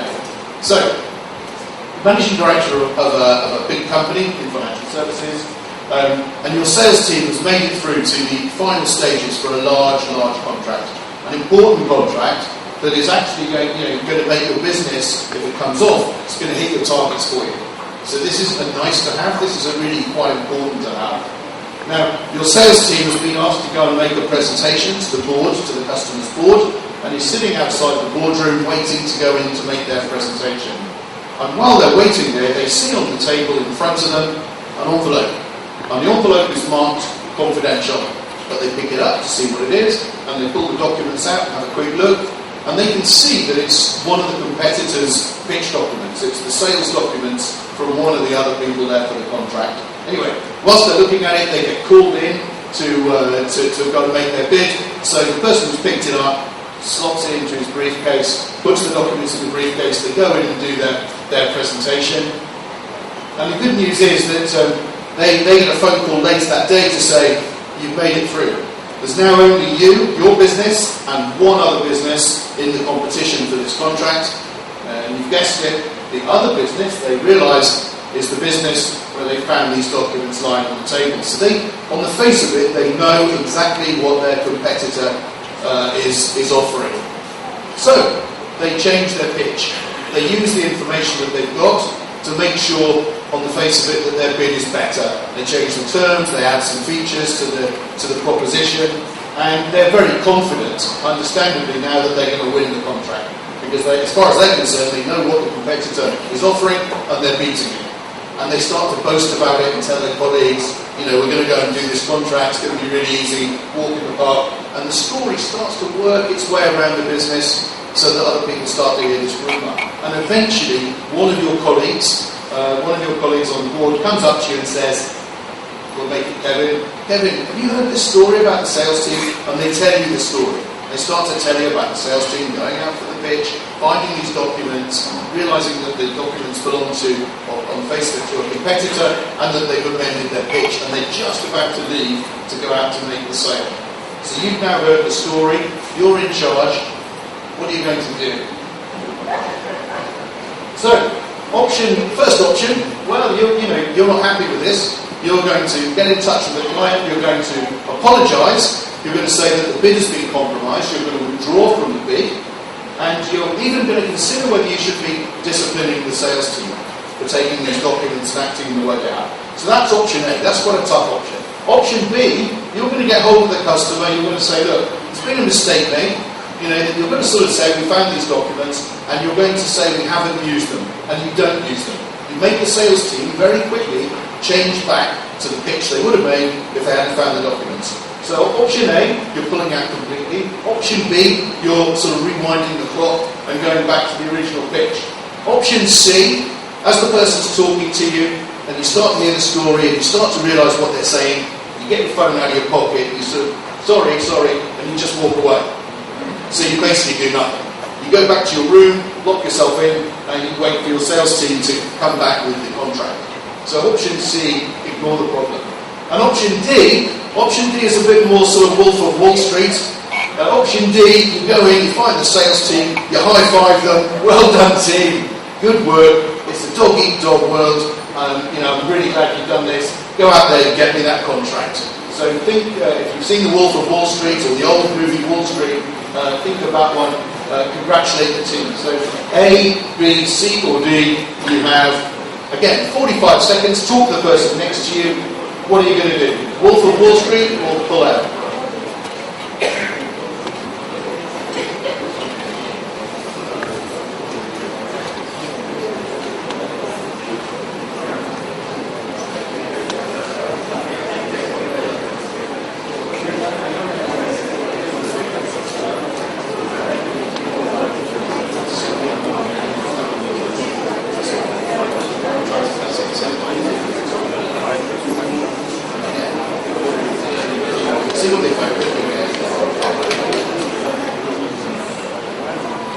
Okay, we've got 45, so I can't lose people now, we've got to get over 60. I know it's the afternoon, but you can't drop off. We haven't eaten. Sometimes I do this presentation straight after lunch. Always a tough one. Have to make sure people don't just sort of drop off. But I'm hoping you can stay the course. A few more. 55. All you got to do is press the button. Not too physical. I see this Nigerian audience clapping. I'm sure you can manage it. Just a quick press of the button. Okay, let's see what you voted. So let's see which way you're going. Let's see if you've got any Wolves of Wall Street here, or whether we're going to apologise. How many people might walk out and take a phone call maybe? Let's see what the results are. 5, 4, 3, 2, 1. The results of the Nigerian jury are... Right. So, that's it. Now that's an interesting. In steps down, people are going for that. Option, so most people are going for A or B. Two people taking the phone call option. Now, I don't want to guess here, but was one of them the same person that kept Victor in the business? Because if they are, you definitely won't be joining the CISI Integrity Committee. Nobody's chosen. Congratulate the team for being so observant in this environment. Now, I'm going to tell you two stories before I ask for a comment about this. One is, I delivered this presentation to traders working for Lehman's, actually just before Lehman's, or just after Lehman's was bought by Nomura. Don't worry, most of these people knew their jobs were on the line. They knew their jobs would be going. They're forced to come into a presentation on integrity. I thought they would be terrible. I thought it would be very difficult, but actually it was good. They joined in. Anyway, we got a good vote like this, and I went up to a guy in front and said, and most people, a couple of people voted for congratulate, but most people didn't. And I went up to someone and said, which did you choose? And they said B. And I said, why did you choose B? You know, it's a tough business environment you're in. Why did you choose B? And the individual looked at me and said, because it's an integrity presentation. And I said, okay, everybody, have another vote. Have another vote. Come on. You know, I've not been a trader, but I've worked in a bank. I've had targets to hit. I know what it's like to be under pressure in that way. Not so much as a CEO, but I mean, if you've got to do 5 personal loans and you've only done 2, and it's Friday and you've got to get the 3 that day, then you're under your own bit of pressure to act ethically to achieve the target. So, but they said that. Another group, private bankers this time. A group of private bankers. I was doing this presentation. I was surprised because quite a few of them voted D. I was a bit surprised actually, because private bankers are generally quite ethical in the way they think. They want respect to their customers. And I said, well, again, I looked at the group and said, why have you, so many have chosen D? A bit surprised. And they looked at me and said, well, we're protecting the customer from a careless idiot. Because the careless idiot that left these documents lying around should not be allowed to have relationships with customers. So actually, we're doing the right thing by making sure the customer gets good service. So that was their justification. So I said, so it's all about the documents being left lying on the table. That's the big issue. Yes. I said, okay, let's change the story. Let's put the documents in a briefcase. So let's see, does that change your thinking and about how you would assess this situation? And they looked at me for a second and said, so the documents are in a briefcase? I said, yes. Is the briefcase locked? And then we had a discussion for a few minutes, and it was half a joke. I mean, you all laughed because it sounds silly. And then I think they were joking, but I'm not sure. Because I then said, so you work for this big Swiss private bank. You wouldn't get down and break the lock on the briefcase and, oh, no, we wouldn't do that. We're ethical. I said, okay, then the briefcase is open. The same guy said, how open? And then we had a discussion. You're going to have to use your imaginations now. You've got to imagine I've got a briefcase in front of me, and you've got to imagine that those are the documents. We then had a discussion, and it was half a joke, half true, about how far the documents had to be sticking out of the briefcase to make it okay to take them. Because basically, they agreed putting your hand into the briefcase, unacceptable. But if the documents were sticking out of the briefcase, perfectly acceptable because the person's... But I mean, plainly, that's silly, isn't it? You're all laughing because it's not honest to take... Bottom line, taking something isn't yours, isn't honest. Isn't going to work for the CIBN, isn't going to work for the CISI, isn't going to work for anybody who takes ethics and good behaviour seriously. But they were looking for a way to justify it. The only answer today, I'm not going to... we'll look at C. Let's just say, everybody else here who's all voted, ignoring the problem, walking away, plausible deniability, I suppose. Is that honest, open, transparent, or fair? So I'm sorry to the two people that voted, but the vast majority of you are voting against you. Because the first two, you can argue, both have a degree of honest, open, transparent, fair. Very quickly, because I know we're pressed for time. Yeah? Okay, 30 seconds. That's the answer of the Integrity Committee. Because the second answer is not bad, but on the other hand, you're not quite telling the truth. And actually, it's a true story, true situation, new MP wanted to make his mark. So again, a lot of people here can join the committee. So to wrap up, behaviour. We've just looked at it very simply. Code of conduct, very important. Honest, open, transparent, fair, very easy way to remember. And applying that to decision making, and maybe one day we'll convince people that my word is my bond, or that trust and honesty are really values that can be associated with bankers. My apologies for going over time, and I hope maybe next time I deliver this in Nigeria to some of you, you'll get the full version. But thank you very much for joining me today. Thank you very much, Mr. Kevin. I'm sure all of us indeed appreciate that presentation, and we appreciate you. On this note, let's appreciate Mr. Kevin one more time. As they do that with a clap offering. Thank you, sir. We come back to the stage. Let me recognize the presence of Oloye Eson Ogunleye, FCIB, past registrar CIBN. You are most welcome, sir.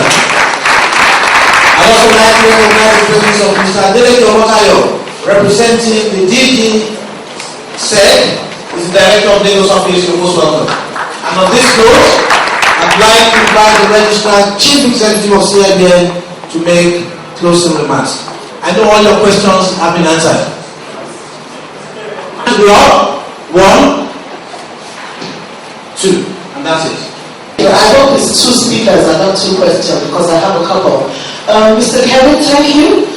You said 100 firms had signed up to your principles, and you said you had 44,000 members. Do your members also sign up to that kind of document, so that at least there's some code of conduct that guides them integrity-wise?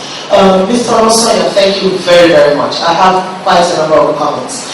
For the Ethics and Professional Subcommittee, I want to suggest that you start publishing the learning points. If you publish the learning points of the experience you get from the subcommittee to all the members, I think it will serve as a good deterrent where there's some that are undecided. And if there's any whistleblowing mechanism as well to do that. Also, we spoke about ethics being for the individual, professional being for the profession, and corporate governance being for the organization.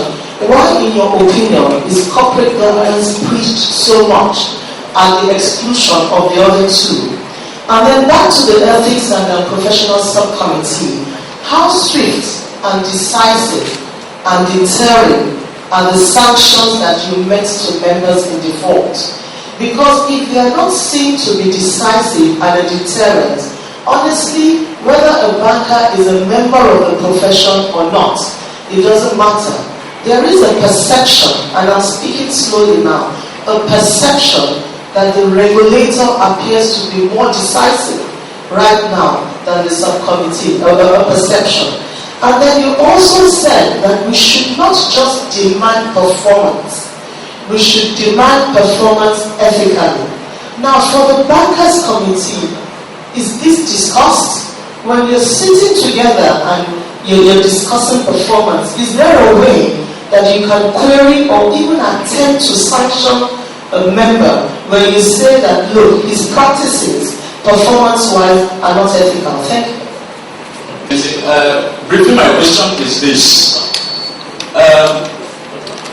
The world is no longer just a global village, but a street, if you can call it.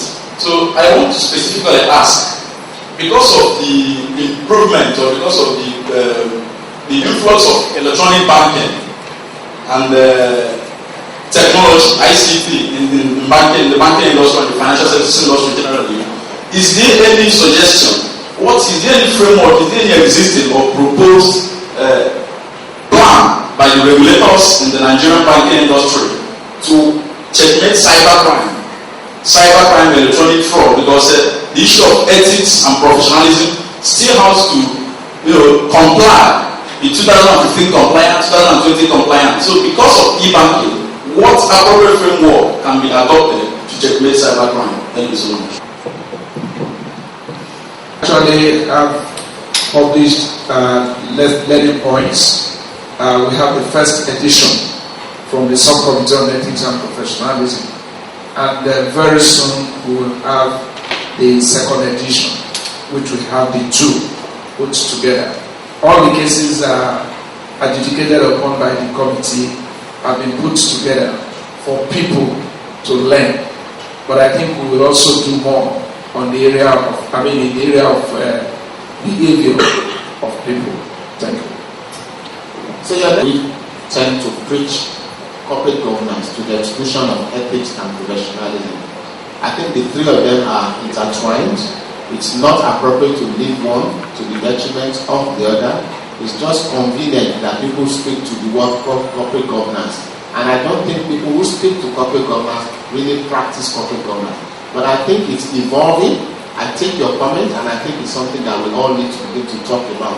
Ethics, professionalism, corporate governance, they should all go together.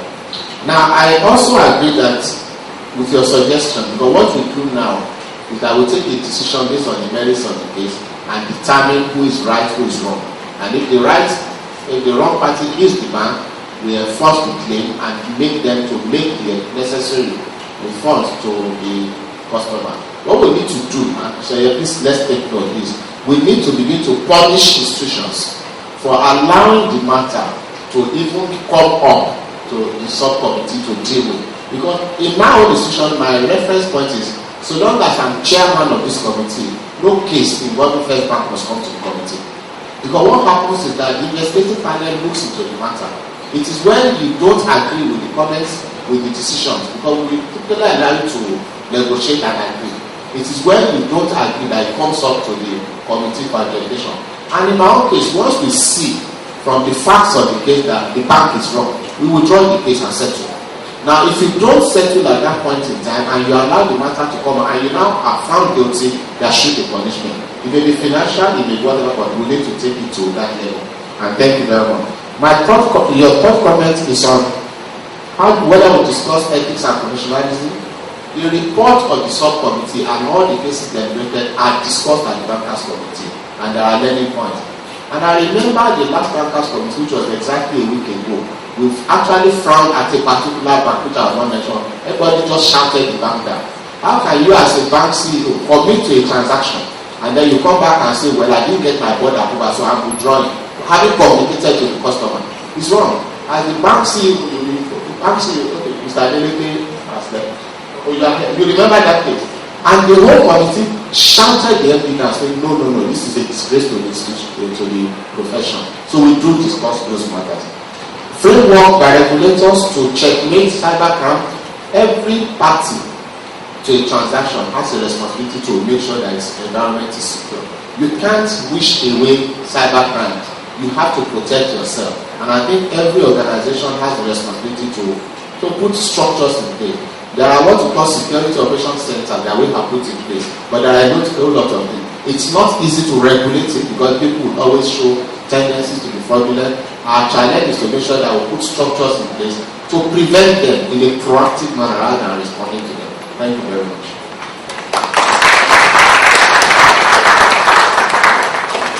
I think you probably hear my voice anyway, I'll speak loudly. You asked about the CISI's code of conduct for individual members. Well, all our members sign a code of conduct when they join, and we have a disciplinary committee, I suspect something similar. And if members break the rules, if they behave badly, then we kick them out. It's difficult for professional bodies though, because we have no, we could be sued left, right, and centre. If we affected people's ability to earn a living, then they have nothing to lose by taking you to court.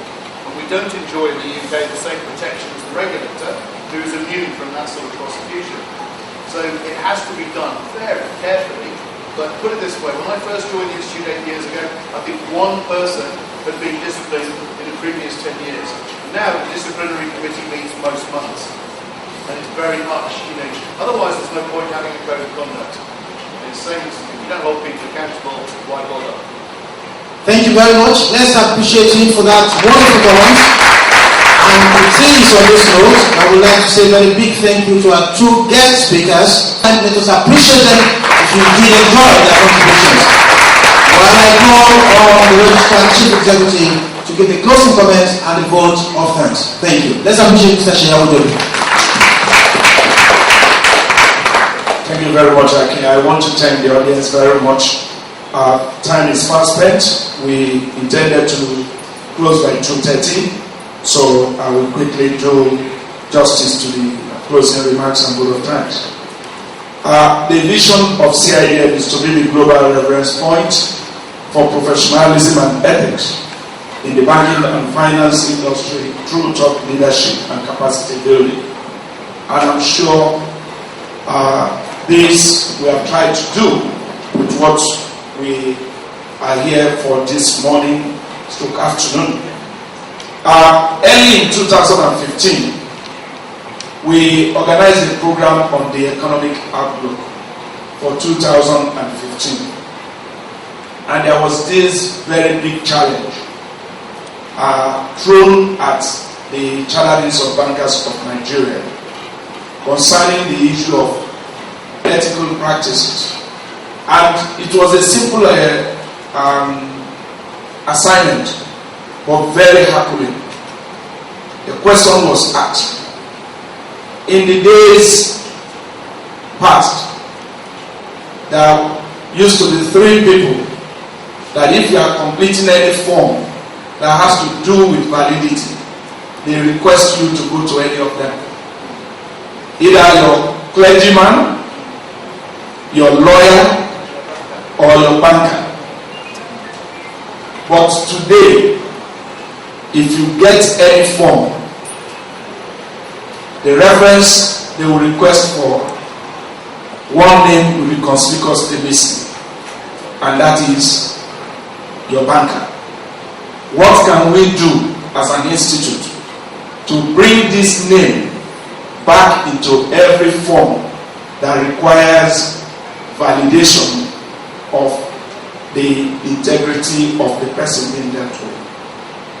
It wasn't a big challenge, but with what we have seen today and what we are doing with CISI, and especially what the Bankers Committee Subcommittee on Ethics and Professionalism has started doing, I can tell you that in no distant future, the name and the profession of banking will return to that particular status.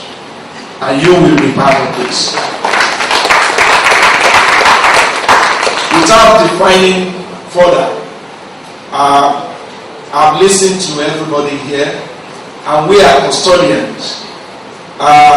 We signed a code of conduct in the industry, and the code of conduct expects all bankers to have their signature on that particular code of conduct. And if you misbehave, it's either you go straight and face the Bankers Committee Subcommittee on Ethics and Professionalism, or you are recommended to face the investigating panel of the Institute as enunciated in the CIBN Act 2007, and you can also be promoted if you are found guilty to face the disciplinary tribunal of the Challenge of Bankers of Nigeria.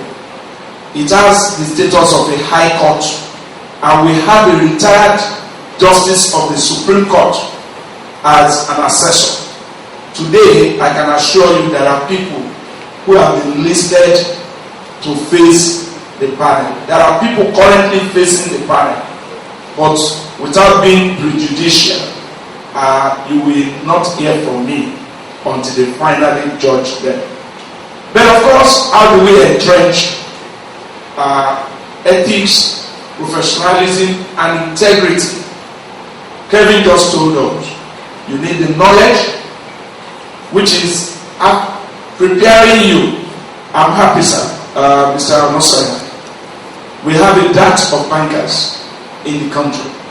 When we talk of bankers, just here in April, former Secretary, Commonwealth Secretary General, challenged a full audience here.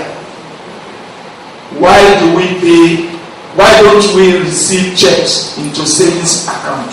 There was no answer on that day. For some of us, it was a big shame that no answer. But those who could provide the answers were not given the opportunity to say. So we are going back into that particular era with modernity and even digital approach, that bankers will take their rightful position ethically and maintain their integrity. Thank you, sir, for telling us that. And what you are trying to say is that target setting is not a problem in First Bank. In terms of go and bring money, you can get target, but it's not about when you bring this much. That is what we are in promotion. And you have made it to let us know today that you can get to anywhere as a man or woman, as a banker, if you can imbibe integrity. He gave the example of Ikoyi Hotel. Please, when you are going out, Ikoyi Club, when you are going out, just go to the entrance of bookshop. You will see the names of banks that existed before, and they built this house. Go and look at how many of them are still alive.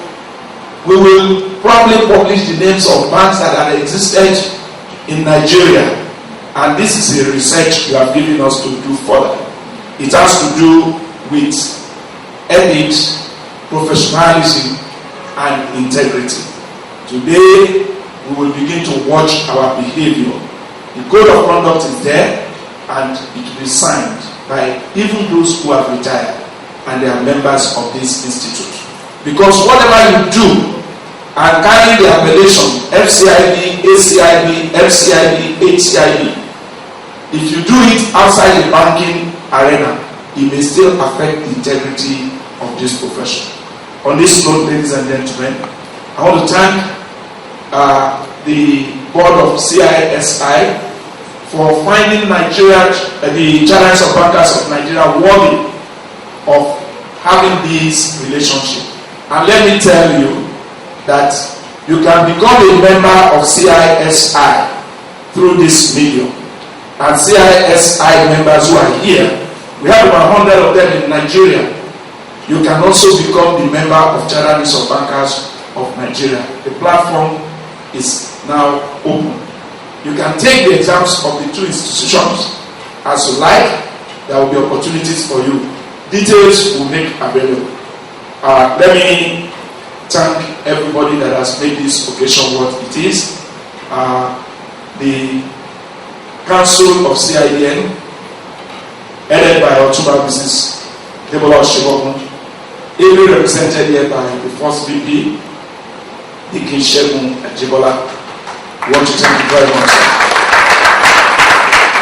The National Treasurer of the Institute, Mr. Bayo Olubebi, FCIB, I want to thank you very much. I want to thank the regulatory institutions, the Director of Bank Examination, representing the Managing Director in the IC, and also sitting as the Chairman Investigating Panel of Subcommittee on Ethics and Professionalism, Mr. Adeleke. I want to thank you very much. Of course, my able Chairman is doing what I can call pre-valedictory lecture. Of course, he's going to deliver a full valedictory lecture in December as he's retiring from First Bank. All of you will be there. But I can tell you that we have tasted what is likely to be. But, sir, we want to thank you very much. It's not easy to have you spend a whole day in this kind of what is what you believe so much in. God bless you, sir. We will continue to learn more. The mayor has left. I must tell you that bringing the mayor of the City of London to Nigeria and to the Chambers of Bankers of Nigeria is like going to where the CIBN started. CIBN started from being a branch of the Chambers of Bankers of Nigeria, London, and today the mayor of City of London visited this building for the first time. I tell you, history is the way. And for Mr. Kevin Moore coming to Nigeria for the first time on that platform, he's told me he enjoyed every bit of Nigeria. The only thing that would have made him not to enjoy it was sorted out because he forgot his yellow card. And because of Ebola, they were very serious. But because when they heard that he's coming to the Chambers of Bankers of Nigeria, they relaxed and did what they were supposed to do and gave him a very wonderful reception. Thank you very much for being with us. Ladies and gentlemen, too numerous to mention, but I must quickly say that for those who are here, Oloye Ogunleye is coming in from a mediation exercise based on the fact that he was secretary of the subcommittee on ethics and professionalism. We sent him as an ambassador to the multi-door court house. So he came late because he went to do adjudication. So thank you very much. Immediate chairperson and of course the first vice chairman of that particular group. I want to say a very big thank you to you. EcoBank is on the ground. Mr. Obadio, you raised pertinent questions. You suggested very wonderfully. The rest assured that they will not just go in vain. Please continue to do what you are doing for us in the institute. God will continue to bless you. For my fellow family, all of us, we say a very big thank you. God bless you. Thank you very much, distinguished guests. The great scholar Alvin Toffler said, the illiterate of the 21st century will not be the man who cannot read or write, but the man who cannot learn, unlearn, and relearn. Know that in this session today we have done what? We have learned, we have unlearned, and we have relearned. And as such, we are happy to be here today. Let's give ourselves a resounding round of applause. While we are on that note, I request us to this time as we take the national anthem of this great country, Nigeria, and we sing it together.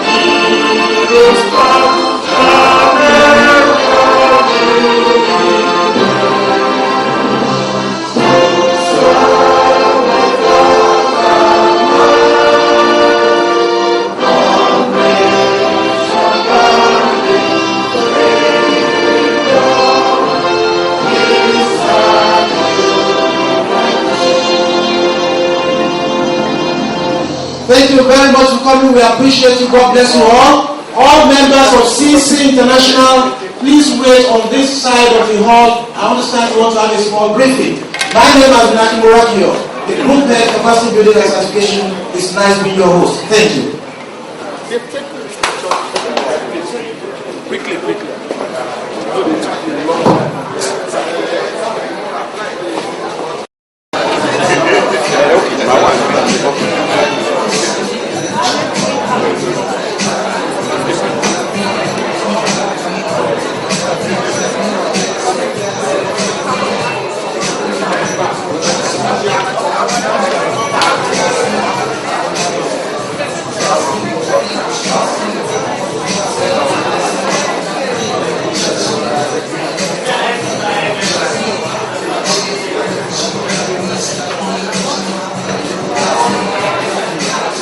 sir. How are you? God bless you. God bless you. Thank you. Hey, sorry, Mama. How are you doing? How is your health?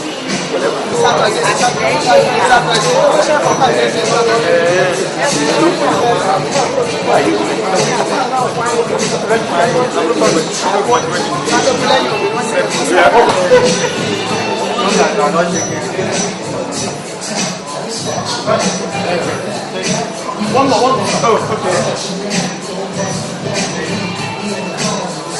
My fingers was out there. We have a